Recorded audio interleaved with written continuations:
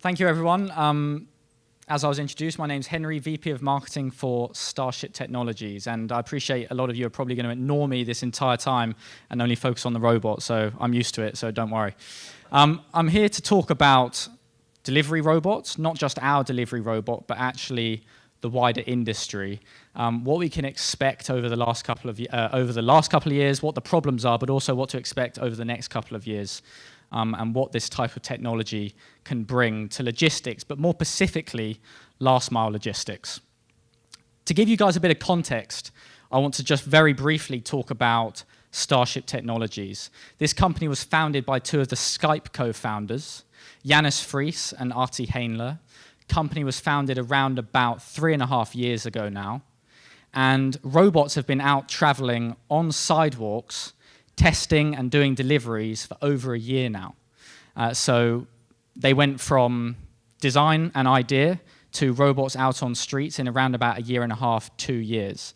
And we're the world's first company to do this and the world's leading company. Now, this robot is doing deliveries on a daily basis across 7 cities and 5 countries. That's United States, United Kingdom, where you may detect my accent, Germany, Switzerland, and Estonia. The company's actually Estonian. The Skype co-founders were Estonian. Our CEO is Estonian. That's where our research and development headquarters are. And we have our business headquarters in London. Company's growing very quickly, have nearly, over 100 people now, majority of those guys in Tallinn, Estonia. This is a very small amount of our fleet of delivery robots in Tallinn, Estonia. The first one is actually one of the prototypes, and lots of people may think that looks a little bit like a washing basket on wheels. This robot's been called many things, in honesty. Washing basket, it's been called a toilet, a moving toilet, which I thought was quite offensive. It's mainly called a cooler on wheels. So we've heard it all, and let me know if you have any other thoughts. But what we're trying to solve here is last mile delivery. And for people that don't know what that sort of B2B term is, it's the last couple of miles between a hub or a store and a customer's house or place of business or wherever you want to receive your delivery. It's notoriously inefficient at the moment. Up to 40% of the total cost of the transportation process can be weighted in those last couple of miles sometimes, which means if we're ordering something from, say, China, the first 4,900 miles might account for 60%, and then the last 2 or 3 miles account for 40%. It's super inefficient. It makes no sense, and businesses are trying very, very hard to make their last mile delivery logistics much more efficient and cost effective, but it's very, very difficult. And those are the problems that we're trying to solve. So, as an example, vans stopping and starting outside of 100 houses every single day, that's traditional last mile. But one thing that's very, very regularly overlooked in last mile delivery is personal shopping trips. So that's you and me getting in our car, and I'm guilty of this very regularly, to go 1.5 miles down the road to pick up 2 or 3 bags of groceries, and then we move our 1.5-ton car back to our house 1.5 miles down the road. I do this all the time. And it's a part of last mile logistics. It's a part of delivery that actually hasn't really been monetized yet. Delivery robots can greatly assist with saving us our time. It doesn't really make sense if you think about it. Why are we wasting our time getting in our 1.5-ton car to travel just 1.5 miles down the road to pick up some groceries when technology can now do that for us? And we're looking to solve those problems as well. Huge market, it's common sense. Billions and billions of parcels every single year. 120, 130 billion personal shopping trips. Again, this part of the logistics chain that hasn't necessarily been monetized yet. Now, this is US and EU. I appreciate this figure may be a little bit lower now. The UK is leaving the EU, but I'm going to keep this stat as it is and pretend that never happened. So we're just going to say it's these numbers for now. This, again, is common sense. What do customers want? We know what we all want. We're all customers of parcel delivery, groceries, takeaway food. We always want it free. We want to be able to return things easily, same day. It comes down to cost. It comes down to time. It comes down to control. Now, It's very, very difficult for businesses in traditional logistics to be able to offer this. And many, many companies are seeing a huge gap between customer perception, what we all want, and business supply. So what can companies actually offer profitably and sustainably? And there's a massive gap at the moment between what we want and what they can offer. Anybody that's used Amazon Prime and Amazon Prime Now, it's such an incredible service that if you've used it once or twice a week or once or twice a month, you can get used to that level of control and speed very, very quickly. And you want it when you're ordering anything. And businesses can't offer that yet. And it's because it's not profitable, and for a lot of businesses, it's not sustainable. Delivery robots, not necessarily right this very second, but in the future, are going to be able to fill that gap, to be able to offer what customers perceive that they deserve right now, because we always want more. The problem is the last mile math. It's super simple. Labor, vehicle, overheads, divide by number of deliveries equals your cost per delivery. Now, there's two major costs there, labor and the vehicle. It's very, very difficult to optimize those costs down. So we're looking to dramatically reduce the vehicle cost, dramatically reduce the labor cost by introducing delivery robots. And that's how you can get to very, very low prices for on-demand delivery. Now, we are ultimately aiming for $1 on-demand delivery in the future. And that's totally unheard of at the moment and actually not very possible. What businesses are doing at the moment is there's a one business, I won't mention any names, that only takes right turns at traffic lights. So they don't have to wait at traffic lights. They only take right turns. So they're squeezing every single percentage of efficiency they can out of their current business model. And it's great. They might be getting 1 or 2% efficiencies, single digit, 4 or 5%. But the main problem still stands. E-commerce is growing at 9 or 10% every single year. That quite simply means you and me are ordering more and more things online. That's more deliveries, that's more vans, that's higher pressure, and a strain on resource. So something has to change, whether it's now, whether it's 5 years, whether it's 10 years. We're offering this technology now, and it's a very, very exciting time because we can see double-digit efficiency increases that previously were completely not possible. Here's our solution. It's delivery robots. It's replacing humans and vehicles that may be doing those last 1 or 2 miles with semi-autonomous delivery robots. Now, these robots aren't just a gimmick. Some people see these and think, oh, that's a bit of fun, it will never work. And it's a fair assumption on first impressions, but we're actually trying to solve real social and economic problems here. And we go to cities, we talk to cities, and they understand that they may have big problems now and in the future with congestion and pollution. We're looking to take those cars, take those vans that are stopping and starting hundreds of times off the road and replacing them with zero emissions delivery robots. Now, some people would then say, well, you're going to take the congestion off the road and then you're going to bring it onto the sidewalks. These robots travel at 4 miles an hour on sidewalks. They act like pedestrians. They cross the road like pedestrians. They don't go on the roads. They only go where pedestrians go. But you're not going to suddenly see a huge row of delivery robots on sidewalks. They're not going to become a big inconvenience in our daily lives. Otherwise, they wouldn't be successful. So even at peak times, delivery robots would become a common sight, but by no means are they going to become an inconvenience. And that's very, very important. Now, there's other areas that delivery robots can assist cities and also businesses.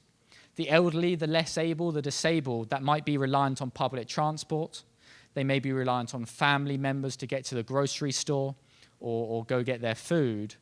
Delivery robots can give those people their power back by offering on-demand 15 to 30-minute delivery to their door for $1. Maybe a little bit more, maybe a little bit less. But our ultimate vision is $1 on-demand delivery. Another area where delivery robots can greatly assist businesses is at a local level. So we right now at Starship, we're working with relatively big businesses. We're working with DoorDash, Postmates, Domino's, Hermes Logistics, Swiss Post, to name a few. But in the future, when we get that cost down to $1, which we're not at yet, I admit, but that's the aim. When we do get that cost down to $1, we can open up this service, and other delivery robot companies can open up this service to local businesses that can't offer delivery right now.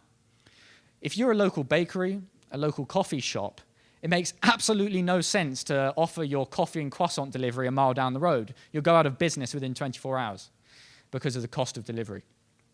If you can have access to a service that offers delivery for $1 on demand, you can get on a level playing field with the big multi-million, billion-dollar businesses. And we've found tremendous pickup, even though we can't offer that service yet. We've found tremendous interest from local businesses in all of the jurisdictions that we're offering. These are some of the technologies that I'm sure a lot of us are familiar with. Again, lots of people think this is 5-10 years away. Now, I think it's worth making a distinction, a very clear distinction. Commercially available technologies like you see here might be quite far away, might be 5 years.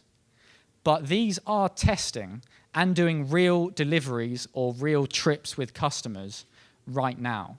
There is a big difference between a pilot program, which is what we're operating, and a rolled out commercial service. And I think it's worth differentiating the two. All of these technologies you see are testing and piloting right now, but none of them are commercial services, and we may not see that for a couple of years at least. Now, one big thing I want to mention here, one big difference, is the percentage of autonomous driving. And I'll come to it later on as well, but it's very, very important. This robot and other delivery robots are only aiming for 99% autonomous driving. Now, there's many reasons for that, but we want an element of human oversight and human control. There is always going to be a time that a robot finds itself in a particular situation that it can't do on its own. And it would ping up to a human operator who could very quickly take control, make a decision, find an alternative route, or whatever the case may be. It's really important to note, we never want a 100% autonomous device. And that's another reason why you're likely to see this technology before others. If you're a self-driving car, you need 100% autonomous driving before you can roll it out commercially. You don't have the luxury going at 80 miles an hour, or whatever the speed limit is here, down a freeway and ping up to a human operator to quickly decide if that's a bag full of bricks or a bag full of air pinged up in front of you and you don't know whether to swerve or go straight over it. You don't have that luxury at 80 miles an hour. But if you're trundling down the sidewalk at 4 miles an hour, you do have that luxury. You can come to a safe stop very quickly. You can ping up to a human. Now, of course, the robot has very sophisticated obstacle detection. So in reality, situations like that, it would be able to solve itself. But there are many, many other situations that it may not be able to solve itself. And that's where this level of human oversight is really, really important for this technology, and why we can, and others, do deliveries right now to real customers, real deliveries to real customers, even though it's under the umbrella of a pilot program. Again, aerial drones, other technologies. Lots of people ask me, aerial drones must be a competing technology to ground delivery robots. Again, it's a very fair assumption. Our opinion is that aerial drones are very well suited to particular use cases. Aerial drones are fantastic for rural deliveries, deliveries over deserts, deliveries to farms, deliveries over rivers, forests, delivering medicine to Rwanda like some of the companies actually are doing right now. That's fantastic for aerial drones. Humans find it difficult to go to those places. Robots would find it very difficult to those places, just like cars. Aerial drones are perfect for those sorts of situations. But if you come into more suburban and urban environments where people live, lines of residential houses and flats, that's where delivery robots on the ground are much better suited. They're more efficient, they're more cost-effective, and they're safer. At the end of the day, it seems as if, from research, that people aren't necessarily happy with aerial drones buzzing above their yards when their kids are out playing in the street and things like that. If something catastrophically went wrong, it will fall out the sky. If something catastrophically goes wrong with our robot, everything suddenly failed, it would come to a safe stop in about this far. So there are differences. It takes about 10 times less energy to roll something along the ground than it does to lift it up. So finishing that point, complementary technologies, I would say, rather than competing. Now, here is some other delivery robot companies.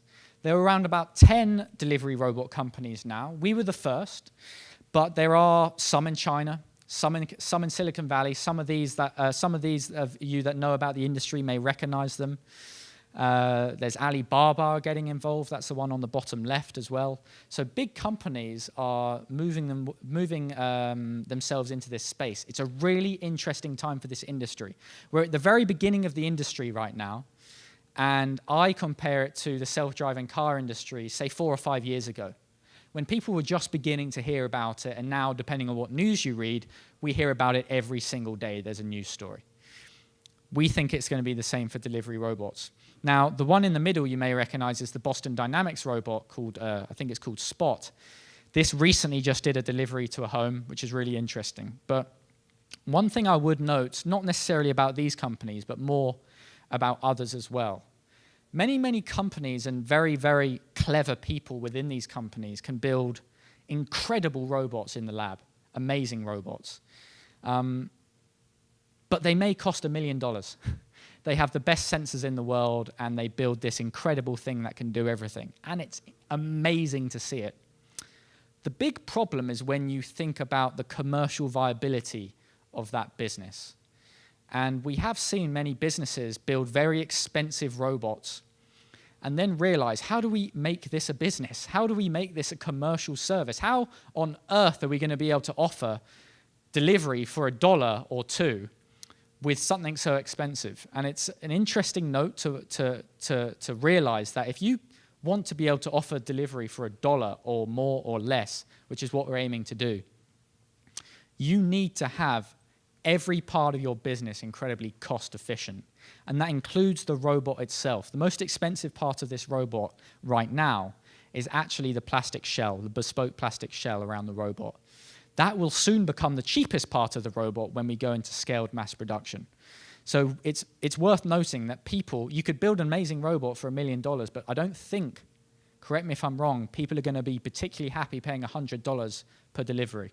So it's important to remember that moving forward for the industry.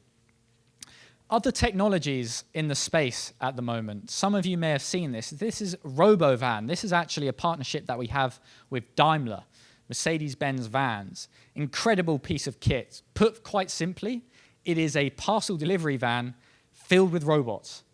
And these delivery robots would be loaded in the van. There's crates where the parcels would be above the robots. It uses a pick-by-light system, so the driver knows what parcels to put in each crate and which crate to put in each robot. And this would roam around the streets of a particular neighborhood, dropping off robots to deliver and also picking up empty robots to reload. And we've seen, through our calculations, huge efficiency gains when using this type of technology, because vans are still the most efficient method of delivery over the first 10 miles, 15 miles, whatever it might be. Robots are the most efficient method of delivery over the last couple of miles.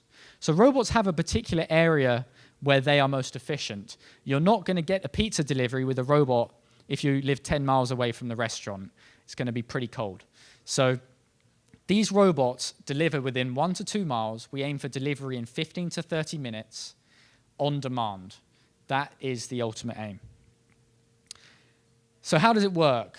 We focus on three industries: parcel delivery, groceries, and takeaway food delivery. We aim for delivery in 15 to 30 minutes, as I said, and you would get a robot by ordering food through a partner that we work with. So if you were to download the DoorDash app or the Postmates app right now and lived anywhere near Redwood City or San Carlos or Sunnyvale, you could receive a delivery with a robot if you live within a 2-mile radius of the restaurant.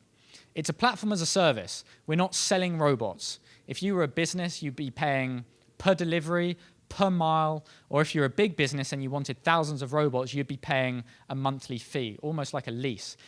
If there was a fleet of robots within your neighborhood, it would be a service that you could just very easily plug into, and your robots would be turning up to your door. We try and make it as simple as possible for new businesses to be onboarded. Now, one thing worth noting, another reason why we're not selling robots, is they would be a shared fleet. It's another reason why you don't see branding on this robot. If we were to work with a business, we're not going to suddenly put stickers all over the robot. No one's ordering a pizza at 7 a.m. Or I speak for myself. I don't know of many people that order pizzas at 7 a.m. I don't want to judge. And people are getting parcel deliveries, though, maybe before work. They may be getting grocery deliveries. Lots of people are ordering food at midday and at dinner. And again, these different industries that we operate in have slightly different demand peaks. And it's interesting to note that these robots, in order to maximize utilization and maximize efficiency and therefore decrease cost, they should be shared fleets being used throughout the day. And that means you have to work with many different businesses. For parcel delivery, put very simply, instead of a van stopping and starting 100 times outside of 100 houses, the van would deliver those parcels to a Starship facility or wherever a delivery robot facility would be. Drop off those 100 parcels, the van could go back to the bigger distribution hub and deliver another 100 parcels to another whole neighborhood or village or city. That's when the robots then take over. That's when you as customers would be notified on your mobile phone your delivery was ready. And we've seen huge efficiency gains, again, by going down that model. We're looking to eliminate missed deliveries. How many times have you been waiting around for delivery? How many times have you had your delivery thrown on your doorstep when you weren't there? Maybe you've had your delivery stolen. In the UK, we get delivery slips through our door all the time saying, hey, we missed you, we'll come back the next day. And they come back 3 days in a row at 2 p.m. and I'm still at work. So we are looking to completely revolutionize and wipe out missed deliveries with the parcel delivery firms that we'd be working with using these robots and increasing convenience for the end customer and reducing costs for businesses, which of course is so important. I've kind of touched on this, but from the customer's side of things, simplicity is key. When you are introducing a new type of technology, you have to keep it simple. We're talking about robots here on Sidewalks. If it gets complicated, no one's going to know what to do and what to even think. So you would receive a text message saying your delivery is ready. You could choose a window of time within 5 minutes. Very, very specific. And then the robot would ping you and say you can track your robot here. Just like we'd all track an Uber cab on our phone, you could track the robot. You then receive a second text message saying, knock, knock, your delivery robot's outside. There's a link, you click it, and you unlock the robot. It's unique to you, no one else can unlock the robot. Now, one question that comes up a lot, surely I can steal that. Surely I can just lift that up and run away with it and put it in my car. I know you're all thinking it. You could. I would be lying to you if I said it's impossible to steal the robot. However, we haven't had one theft yet in over 28,000 miles. It's met over 5 million people. It's traveled to over 60 cities, over 15 countries around the world. We haven't had a theft. It does have 9 cameras around the front and back. They can be recording you. I'll put you up on YouTube. It has two-way audio, so we can talk to you. It has sirens if you lift it up, so it's going to be an embarrassing thing running down the road with a screaming robot. It has tracking to the nearest inch, so of course we know exactly where you are. And the lid is locked. So you could have a huge hammer and try and smash it open, all for maybe some milk and eggs. It's really not worth it. The robot technology, I've touched on the fact that we aim for 99% autonomous driving, not 100. We have obviously a very sophisticated obstacle detection system so it doesn't bump into things. It travels on sidewalks, max speed 4 miles an hour. It can carry around about 20 pounds. So we're not going to be delivering flat screen TVs or sofas anytime soon. Again, robots have a particular part of the delivery process that they can account for. However, it can actually deliver 90% of what we all order online on a regular basis. Now, regulation is very, very important. Is it actually legal to have a robot travel down the sidewalk? It totally depends where you are. Some countries it's legal without you having to change any laws, some it's not. Robots traveling on the ground do have advantages over robots traveling in the air with airspace regulations and things like that.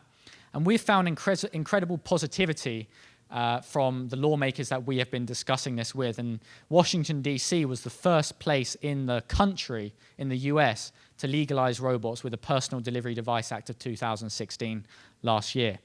To date, we are legal in the whole state of Virginia, state of Wisconsin, no, not quite the state of Wisconsin yet, state of Idaho, soon to be Wisconsin, soon to be Florida, we hope, legal in 10 to 15 other cities around the world. So 150 plus million people now have access, well, we have access to 150 million people with our delivery robots, which is amazing, seeing as though this robot's only been around for a year on sidewalks. So it's moving very, very quickly. We have assisted with the laws. We've actually doubled the speed. We've doubled the weight of this robot to be able to grow into the industry. Again, it's an industry that's at the very start right now. There are other companies out there. We're not quite sure of their weights and sizes and speeds, but we've allowed for an element of grace there. We want other companies around. We want to build an industry here, so it's very, very important to note that. Now, the final thing I'll say is one of the most surprising things that you may see. I'm sure none of you will believe me, but I can assure you this is true. The majority of people that see this robot on the sidewalk ignore it. Now, I thought that everybody that saw this robot was going to be going crazy, crowding around it, taking pictures, trying to stop it, trying to mess with it. It doesn't happen. It simply doesn't happen. In over 28,000 miles of traveling in many different locations, not just nice ones either, we have found the majority of people ignore it. They may look at it, but then they get on with their day. Most of them are looking at their phone, and they just don't care. So it's amazing. Social acceptance is absolutely key to the success of not just this company, but many other robotics companies, whether they're on the ground, whether they're in the air, whether they're on the road. It's something that, again, lots of people overlook, but social acceptance is absolutely crucial. It's a lot of the reason why the design of this robot, and I am biased, I would say the robot looks very friendly. I'd say it looks very cute. We've had children try and feed it bananas before. We've had people pat it. I saw someone outside pat it like a dog. So people think it's like an animal. And that's really important to us. It needs to give off that vibe. And people talk about emotional connections with robots. It sounds crazy, but it's true. People do actually get emotional connection with this robot. And we really care about that, and we love that. We think it's really, really positive, and it assists with this business moving forward.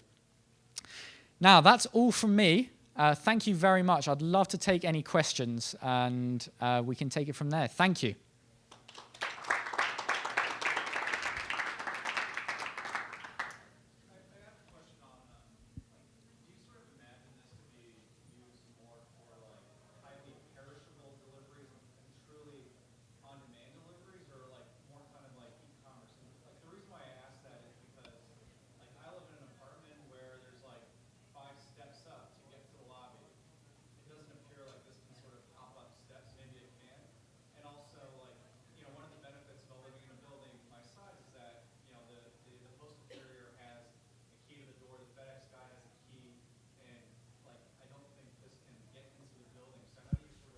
Sure. So first thing to say is this is an outside robot. It does not go indoors. It can't open doors. And it's important to note that this robot only turns up when you've asked it to. So the example you give where people use lockers and things like that, that's a great alternative because you don't have to be at home if you have a locker in your building or you have a concierge or something like that. But what we're aiming to do is eliminate missed deliveries. So the parcel would be in our facility, and you would call up your robot only when you get home, or maybe you want it at your workplace or whatever the case may be, and it would aim to deliver within 15 to 30 minutes. Now, if you lived on the 5th floor, you would come down. You'd come outside the door, and you would pick up your parcel. That's some of the testing we're doing at the moment, is how happy are people to do that? If you lived on the 50th floor, and how happy are people to come down and pick up their parcel or their food or their groceries? Now, the answer we've found is actually they're very happy to do it. We have found no pushback in people needing to do that. One piece of information, interesting information we found, of course, is sometimes the elderly or the less able may not be able to come down, and therefore we would have to go up. So those are issues that we're circumventing at the moment. But in answer to your second question about perishables, this robot is for parcels, groceries, and food. So actually it's across all those 3 industries. It doesn't have to be a perishable. It could be a pair of shoes. It could be a jacket. This robot could be doing your laundry, taking it to the laundry store and bringing it back in the future. The point is it's convenient for you as the customer. It's on demand. You call the robot only when it's convenient to you. It's never, ever turning up unannounced.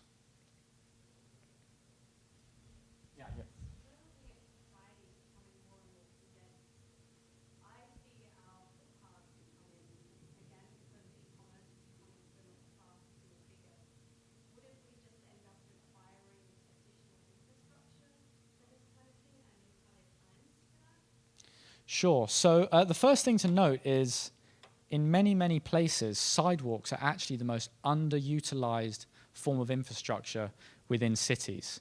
Now, this robot is the best use case for this robot is in those suburban neighborhoods. So don't think about Times Square or Oxford Street in London at 5 p.m. when everyone's leaving work.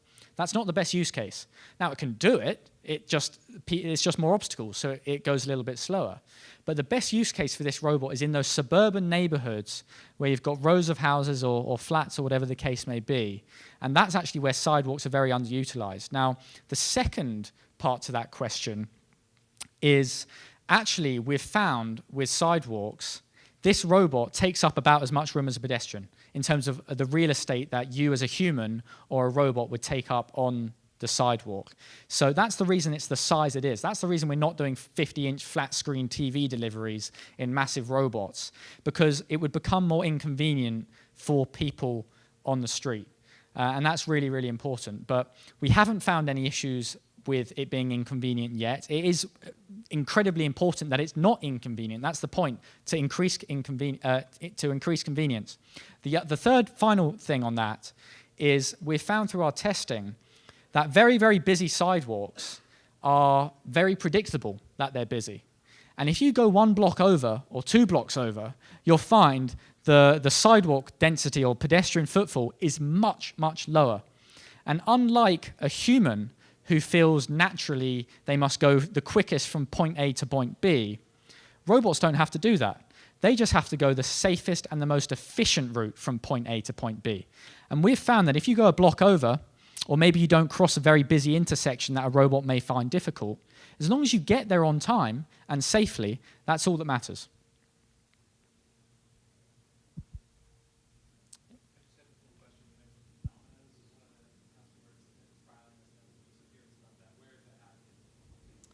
That is happening in the Netherlands and Germany with Domino's. Yeah, so Domino's is a franchise. There's different businesses. So the US business is actually totally different to the German business. So I couldn't say that we're going to be working with Domino's in the US yet, but currently it's Germany and Amsterdam.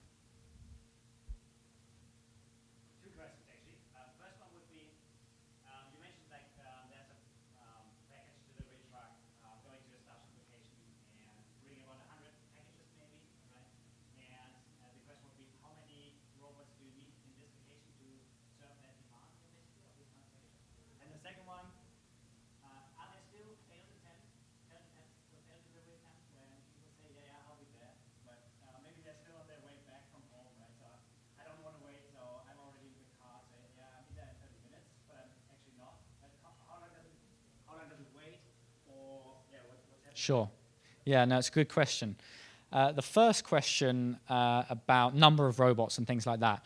So it does actually totally depend on the density and the distance of the deliveries that the robots would be doing. Of course, very short. This robot's perfectly suited for very short deliveries, up to a mile, let's say. So it can do. It's going at 4 miles an hour. So it's simple math as to determine how many deliveries it might be able to do in a single hour. But those more further away deliveries, you suddenly dramatically drop the amount of deliveries a robot can do, and it might only be 1 an hour or something like that. For 100 parcels, we have a fleet of a dozen or so robots in Redwood City. But again, it does depend on when people are wanting those parcels. And we are at the early stages, I must say, of the parcel delivery pilots. So we are learning with our partners, with our parcel delivery partners, about what number of robots we need at the moment. Hamburg. Yeah, Hamburg with Hermes.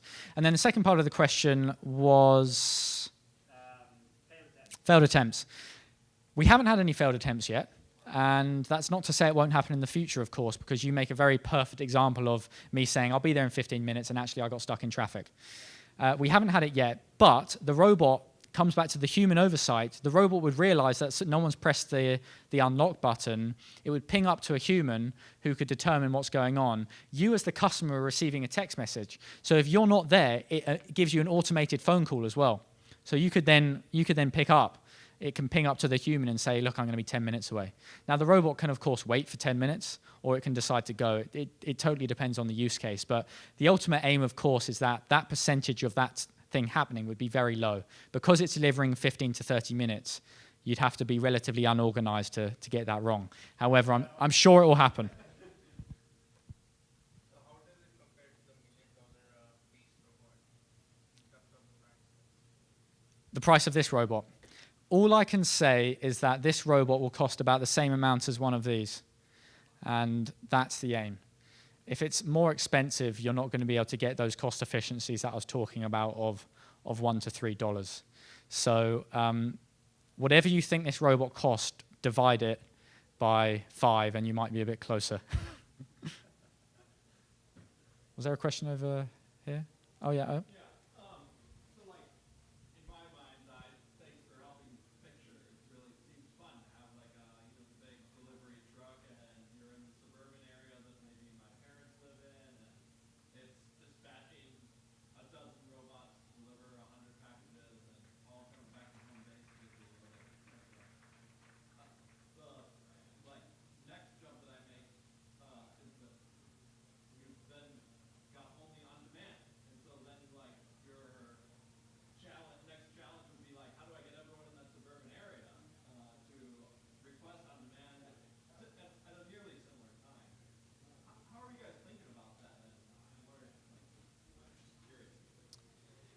Well, we've found that most customers want on-demand. When it comes to actually them being aware of the service, is that what you're getting at in terms of aware of the service? That's the marketing.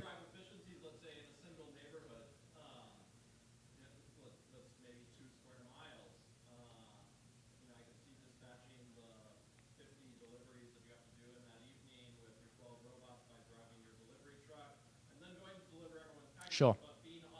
Sure, got you.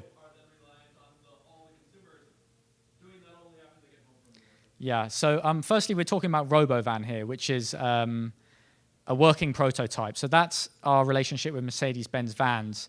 Our core offering is just the robot without the van. The future of the RoboVan, as we call it, would be best suited to parcels and groceries. That's not going to be good for your pizza because that is truly on demand. You want it in 30 minutes. Now, when it comes to parcels and groceries, you're much better. You have much more choice as to say in the morning, hey, I've realized that my parcel's ready for delivery because you've been notified. I want it at 7 p.m. or 9 p.m. or 10 p.m.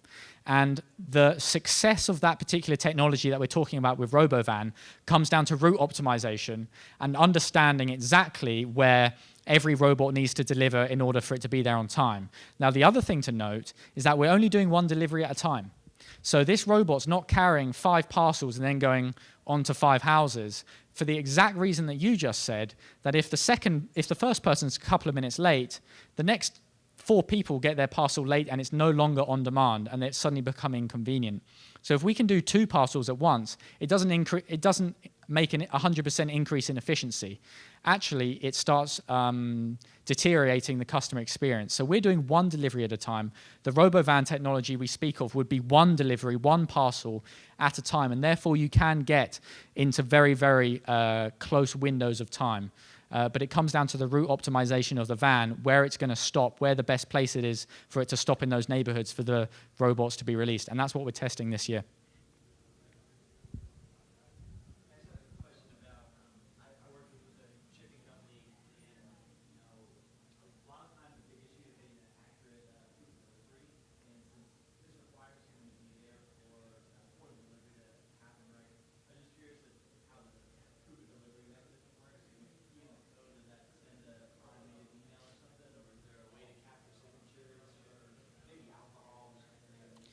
Yeah, the alcohol one's interesting because what could be possible in the future, so none of this is confirmed, but what could be possible in the future is your ID through the cameras. That's one possibility. But we haven't sort of established that just yet. What was the first one, sorry? Yeah, recorded delivery and signing and things like that. So again, this is all part of our trial. That's a very traditional thing that happens in logistics at the moment. You sign for your delivery. When you're introducing something so new, you can open the box up of creativity and figure out, is there a better way of doing this? Now, at the moment, at least, what you can do is through the unlock button on your phone, it can ping an immediate email to relevant stakeholders saying your delivery has been received, or whatever the case may be. Also in the ratings, all done through your phone. That's not to say that's what we'd be doing in 5 years' time. There may be better ways of doing it, but you can do it through your phone when you're unlocking the lid of the robot at the moment. That seems like all the questions. So we'll be around. We'll have the robot around, so please come and say hello, and have a great day. Thank you.